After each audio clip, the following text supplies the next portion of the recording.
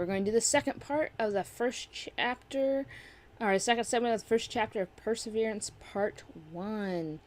So, the last video we had a fight with our wife and reassured our daughter that we loved her. And now we're going to do the part that the demo covered and move on past it. So before we get started, hit the subscribe button, and hey, since you're subscribed now, hit the bell notification button so you get a notification of the next video that drops when it drops. Let's get started. Almost everything I needed was at the cabin, but I had to pick a few things up. I decided to stop at Bob's. I didn't feel like roaming around a supermarket, and besides, it was the only place to buy gasoline in a 30-mile radius. I also liked the owner. Bob wasn't his real name, but it was how he introduced himself. He told me his real name once, but I wasn't able to pronounce it correctly. His shop was the only place where you could score proper booze. The temptation was firmly there when I approached the door, and I struggled with it. On the one hand, alcohol would sure help me relax. On the other, I'd have to spend all my money, and I had little to begin with. We're not going to buy the alcohol, because we're going to be nice to this lady that's about to appear. Hey, Bob. Jack, good to see a familiar face. Like you see in your other faces in here. You'd be surprised. I doubt I've ever seen as many new people as during the last 2 weeks. How come? Beats me. Ever since they built the highway, there was almost no traffic around here, especially at that time of year. But hey, who am I to complain? The more customers, the more money comes in. Anyway, what brings you here? Off for a trip? Yep. I feel like I need some time off. Where's Hope? Isn't she coming with you? Not this time. That's a first. I thought you were trying to teach her survival skills. She seemed into it. I still do. It's just, well, I had a big fight with Natalie over it. Do you want to talk about it? Natalie gave me a lecture about kids and responsibility. She said Hope didn't want to learn about hunting. It turned out to be true. Hope admitted it. I don't know what to think of this all yet. Sometimes I feel like the worst father in the universe. I must admit, I see where they're coming from. Shooting prey wouldn't be my cup of tea either. What? You too? Guess this makes me the last barbarian in town. I like animals. They're living beings just like us. Instead of killing, I'd rather protect them and admire their beauty. You know, I wanted to become a vet once. It didn't work out, though. I'm still paying off a painful loan for trying. Hunting isn't only about killing. It's about going back to your primal self. It's about tapping into your true instincts. It actually teaches you to respect nature. Well, maybe. It still ends with the animal dying. I believe you can have another kind of strength. For example, Natalie seems to be pretty strong and capable enough to provide for you guys, even though I doubt she has ever shot an animal. Yeah, about that. Aren't you and Nat getting too familiar with each other? What do you mean? See, Bob was just an innocent bystander, and Natalie made this tension for no good reason. She told me you're her handyman. Just wanted to do a good deed and help a woman in need. A knight in shiny armor. Where's your horse, Chief? Same place yours is. That's when... So now they know that they're fine. What can I get you, Jack?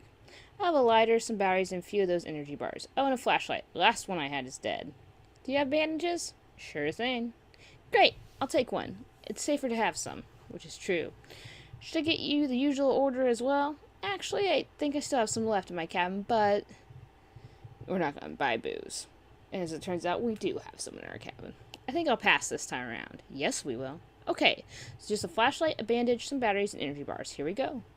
Here you are. Thanks. Keep the change. Bob? Yeah? You said that there are different kinds of strength in the world. I think you're right, and I want my daughter to have all of them. I want her to be ready for whatever life throws at her. You're a good man, Jack. Your heart is in the right place. You just need to find your way. Got to do my best, I guess. Have a good one, man. Bye, Chief. I had everything I needed. I intended to go straight to the cabin, leaving all the worries behind for a while. I was looking forward to getting away from issues at home and focusing on something else. As I was putting my supplies into my car, I noticed something strange. A young woman was strolling down the roadside. At first she caught my attention, simply because she was coming from outside the town. The longer I watched her, the stranger it seemed. She looked to be around her 30s, but she was dressed more like a teenager. I was pretty sure she wasn't from around the town, either. I can't figure out what she was doing out there all by herself. Her clothes didn't suggest that she had come for a hike. They were far too thin for the time of year, and she wore heavy makeup. It was smudged here and there as if she had just run away from a bad party. I thought that maybe her date went south and some guy threw her out of his car without a warning.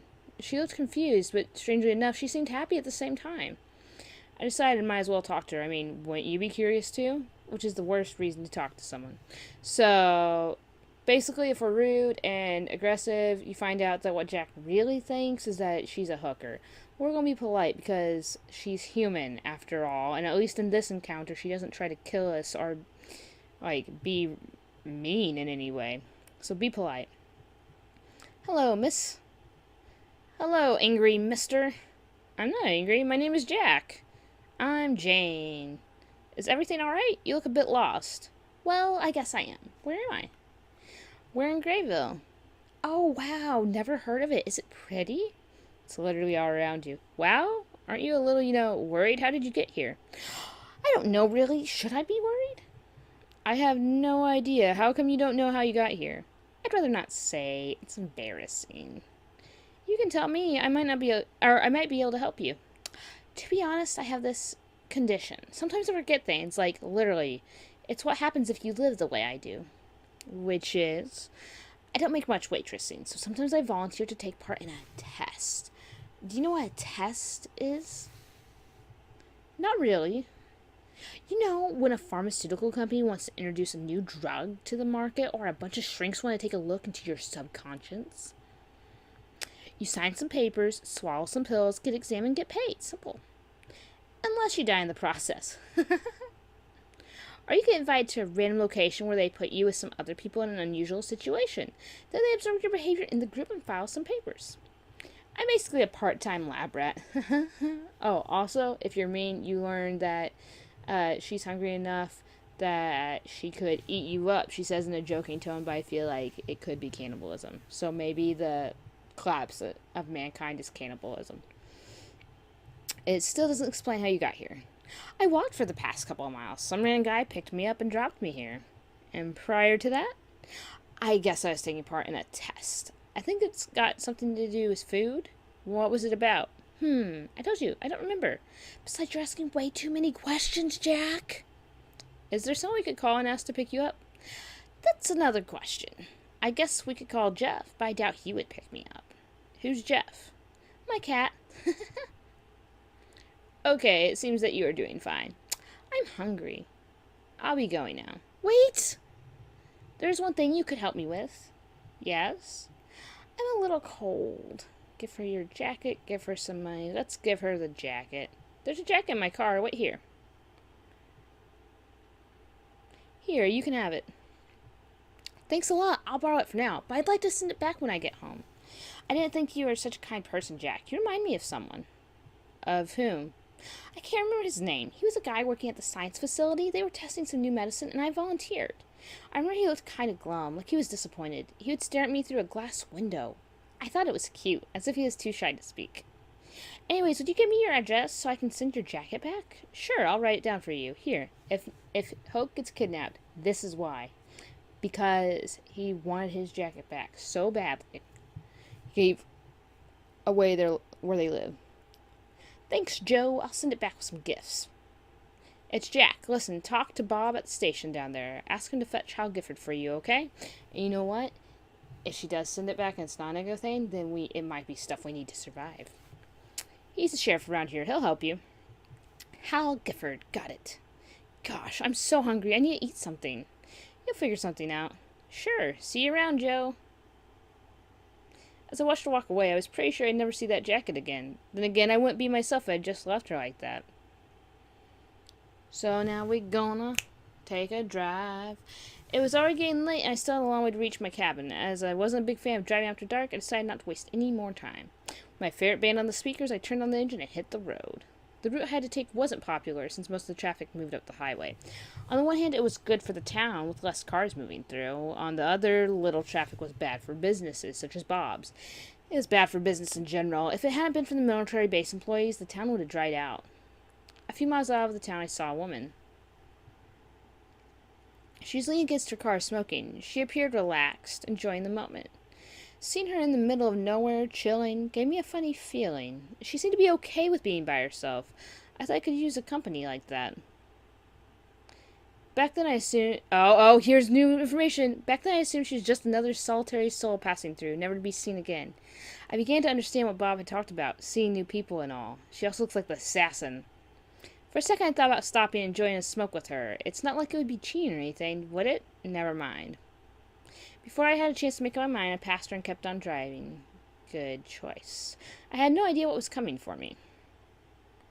It took me forever to reach my father's land. I was tired and I didn't know why. For a second, I thought about the woman from the gas station. What was her name again? Jane. Weird one, that one. I've never actually met someone who got involved in various tests and experiments for a living. The forest had always given me a sense of peace. My father had bought a large piece of land back when he was in his 20s. I wasn't sure what had been his idea for it, but since he was gone, the land belonged to me. If I had known any better, I would have started a plantation of some sort, or chopped down part of the trees and sold them to the highest bidder. But I knew that there was something else about this place and about that cabin. I couldn't put my finger on it, but I was drawn to it like a bee to a flower. 20 minutes later, I finally reached the cabin. Hidden deep in the woods, it was nearly out of reach. It was a place where I could cut off the constant noise. That was exactly what I needed. The sun was down already. I stopped in front of the door to enjoy the silence.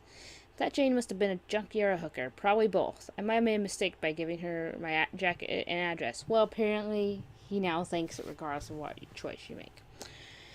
There's no way she could have just appeared at a grave out of nowhere. She probably had her pimp looking for her. The sheriff would take care of it for sure.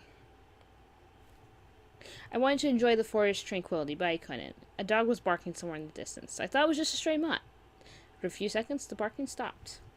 I let out a heavy sigh and opened the door. I instantly felt the familiar smell of wood and old blankets. Somewhere else! Here's new content! And then afterwards we'll cut the video. She's bleeding.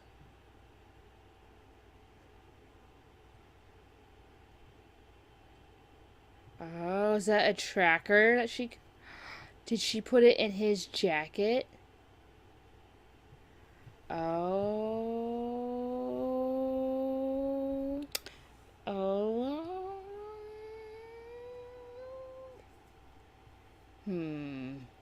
Okay, let's do another segment. She coughed up a tracker. I wonder if she put it in, like his jacket that we gave. I wonder if she'll, like, throw it in reverse and do a start teaching that. Okay. That might be why the path was kind of random. Okay. Alright. Sorry, I'm getting excited now. Let's continue for a little bit longer. First thing I did was find some matches and build a fire. It was a long time since I had stayed at the cabin. The air inside had gone stale. The furniture was covered in thick dust. Judging by the smell, a fungus had crept in somewhere. It felt like home. I didn't have the energy to take care of it. As soon as I got inside, all my weariness caught up with me. I tossed my bag onto the bed and sat down beside it. The worn-out wood creaked under my weight. I thought that I'd finally have a chance to relax. I was wrong. As soon as I sat down, my phone started to ring. The usually cheerful ringtone was now almost painful to listen to. I remember the times when you needed to walk around the house to get a signal. Now these bloody things can catch up with you even in the middle of nowhere. I reached down for my phone and checked the screen. There was a single name on it. Natalie. Right, I was supposed to call her. Was it already time for an aftermatch? Can't say I was ready, but I couldn't simply ignore her either. No, you can't. That's not how it works. Hello, Nat. Hi, Jack. How was the rip? It was fine. I just got settled. Listen, about earlier. I think all has been said, Jack. Can you please, just for a second, stop pretending like you know it all?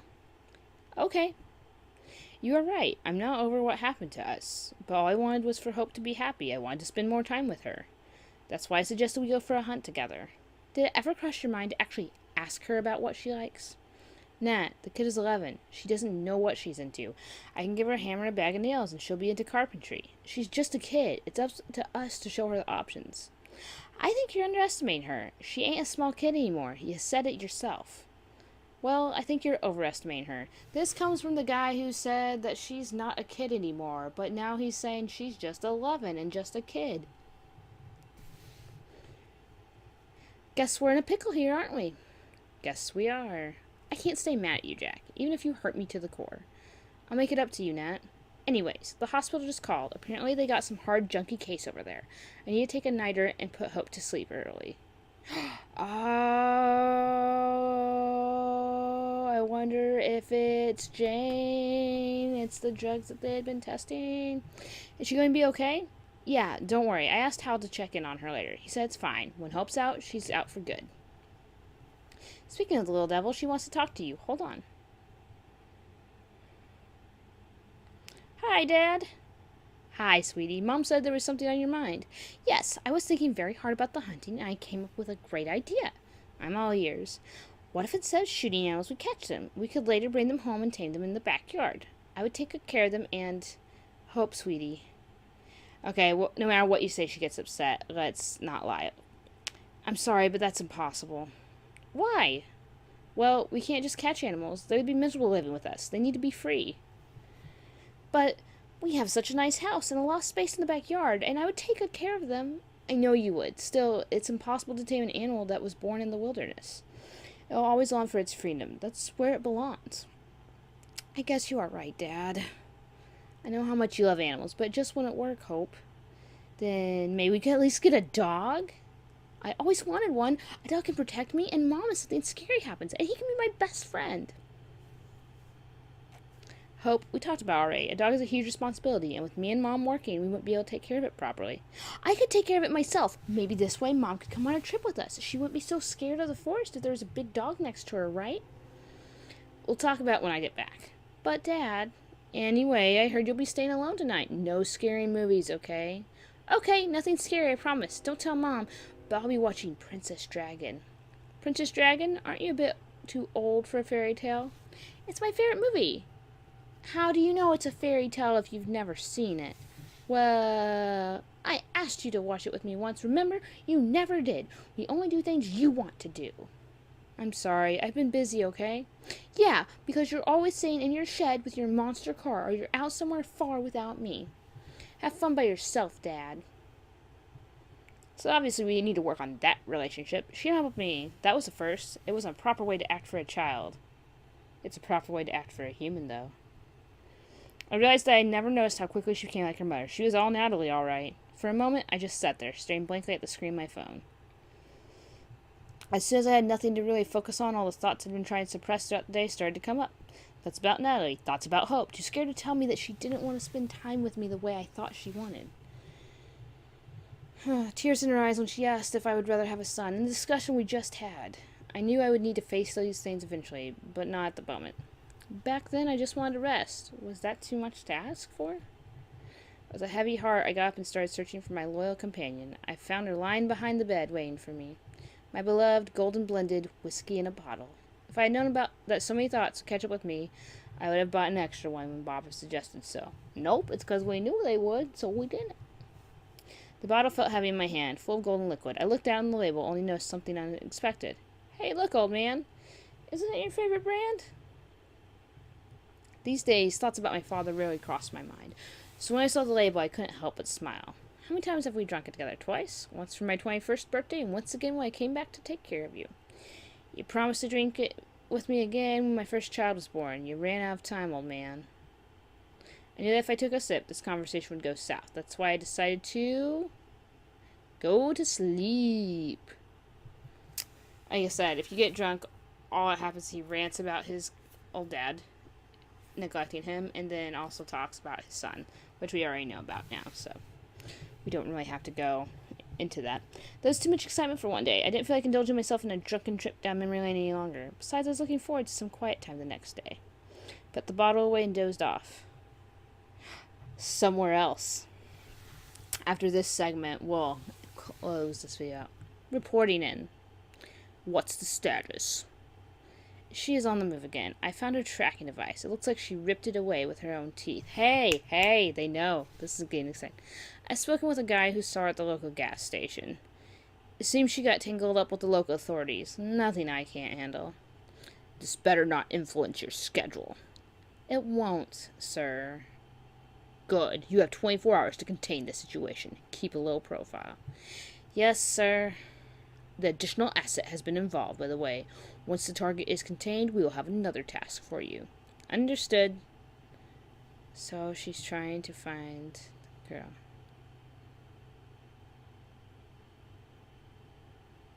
Oh, is the lady going to have come back here? That night I slept like a baby. To my own surprise, I woke up fresh and energetic, which is rarely the case. Alright, so this video is running kind of long. We got through the demo portions. Everything else from here on out is new, but I have loved how they have, how the demo actually was kind of like a condensed version of some of the action, and how it wasn't just stuff that happened all together in one place, to where you're playing when you play through the story, you're like, oh, okay, I know this. It's like, this is a segment, and was divided with this that connected it. So we now know that for sure that Jane is the person that escaped, and she's ripping out her like tracking devices, and she's actually clever. It seems she's not just, oh hey, I am so lost, but it looks like a great town. She's not, passive. She knows she's being hunted, and she just decided to go for it. We're the ones that are oblivious, which is no surprise, because the protagonist is usually oblivious in stories like this. So, just about yawned. So, it's that time of the video again where I tell you to follow me on Facebook, Twitter, YouTube, you should have already subscribed, Xbox, WordPress, and Google+. Alright, we got them all. So, follow me on there. It all leads back here to YouTube. Next video, we're going to go into the new stuff. So, until next time, Craelan out.